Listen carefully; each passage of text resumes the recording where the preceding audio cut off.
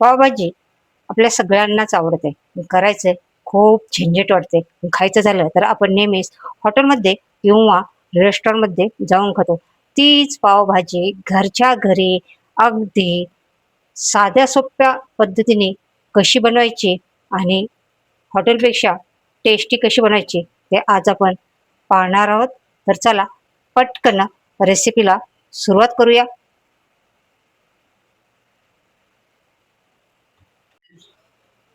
जर तुम्ही अशा पद्धतीने पावभाजी बनवली तर तुम्ही हॉटेलला पावभाजी खायचं नक्कीच विसरून जाल.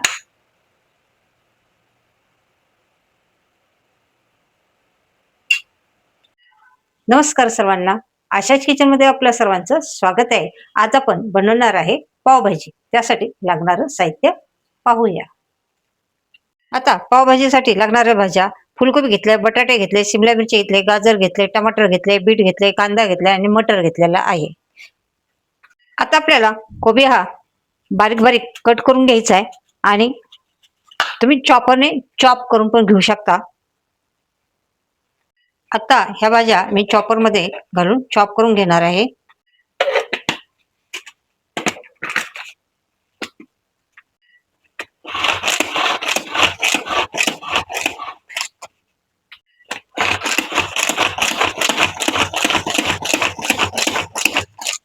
बघा अशा पद्धतीने मी चॉपरमध्ये भाज्या चॉप करून घेतलेले. बघा अशा प्रकारे साऱ्या भाज्या मी चॉपरमध्ये चॉप करून घेणार आहे. आता शिमला मिरची पण चॉप करून घ्यायची आहे. हे पहा शिमला मिरची पण चॉप करून घेतलेली आहे.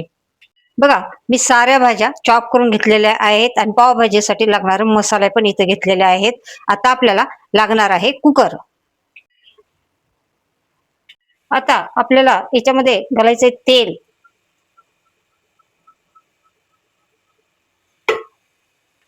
आता याच्यात आपल्याला घालायचंय हा मी 1 वाटी कांदा घेतलेला आहे.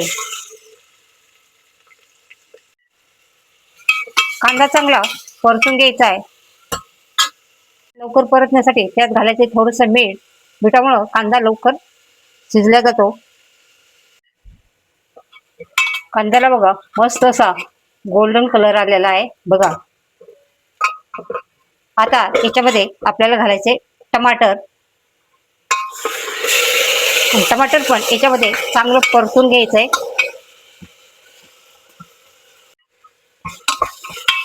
टमाटर चांगलं परतलं आहे.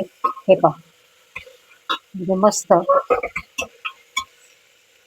आता याच्यामध्ये घालायचे आपल्याला 1 चमचा आलं लसणाची पेस्ट.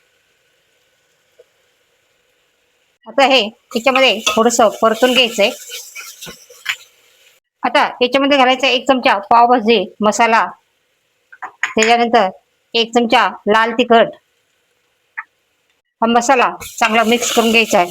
गॅस आता आपल्याला कमी करायचा आहे आणि याच्यामध्ये चांगलं मस्त असं परतून घ्यायचं आहे. बघा या भाजीचा मसाल्यामुळे सुगंध पण खूप छान सुटला आहे बघा. आता याच्यामध्ये घालायचे आहेत आपण चॉप केलेल्या भाज्या. मी 1 वाटी फुलकोबी घेतलेला आहे. पाऊण वाटी शिमला मिरची आहे. अर्धी वाटी गाजर घेतलेला आहे. अर्धी वाटी मटर घेतलेला आहे आणि 1 वाटी बटाटा चॉप करून घेतलेला आहे. आता इथं पाव वाटी इतकं बीट घेतलेलं आहे. बीट पण असं चॉप करून घेतलेलं आहे आणि बीटामुळं काय होतं आपल्या भाजीला कलर तर छान येतो. पण आपण ह्या भाजीमध्ये टमाटर वापरतो. पण टमाटरचे आंबट असतात. त्याच्यामुळं बीटामुळं टमाटरचं आंबटपणा हा बॅलन्स होतो. आता आपल्याला ह्या भाज्या चांगल्या मिक्स करून घ्यायच्यात आणि परतून घ्यायच्यात. याच्यानंतर घालायचे चवीनुसार मीठ.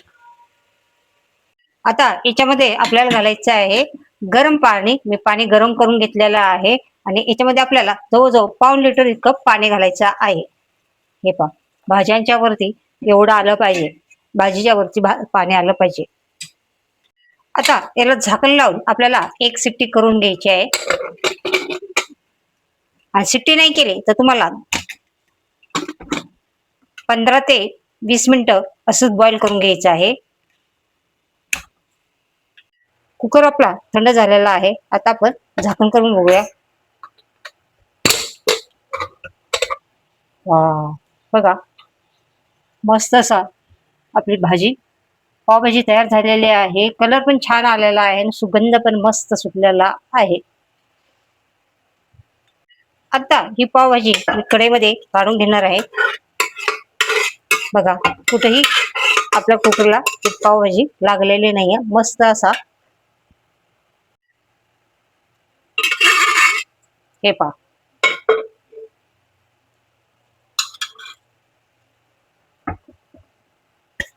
आता याच्यामध्ये आपण घालणार आहोत बटर. हे पहा, आपण याच्यामध्ये घालणार आहे बटर. हे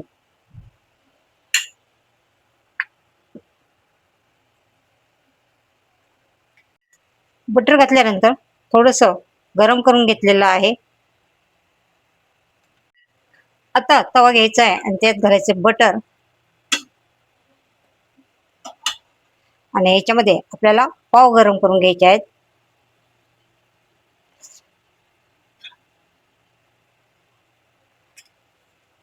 तुम्ही कट करून घेऊ शकता किंवा याच्यामध्ये थोडासा मसाला लावून पण गरम करू शकता.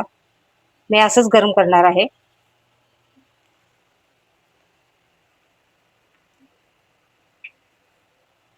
वरच्या बाजूने पण असं बटर लावून घ्यायचं मस्त असं. दोन्ही बाजूने हलकंसं गरम करून घ्यायचे. खूप असं क्रंची करायचे नाहीये पाव आपल्याला. आता आपली भाजी तयार झालेली आहे.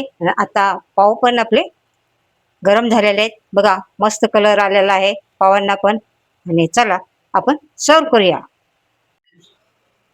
जर तुम्ही अशा पद्धतीने पावभाजी बनवली तर तुम्ही हॉटेलला पावभाजी खायचं नक्कीच विसरून जा.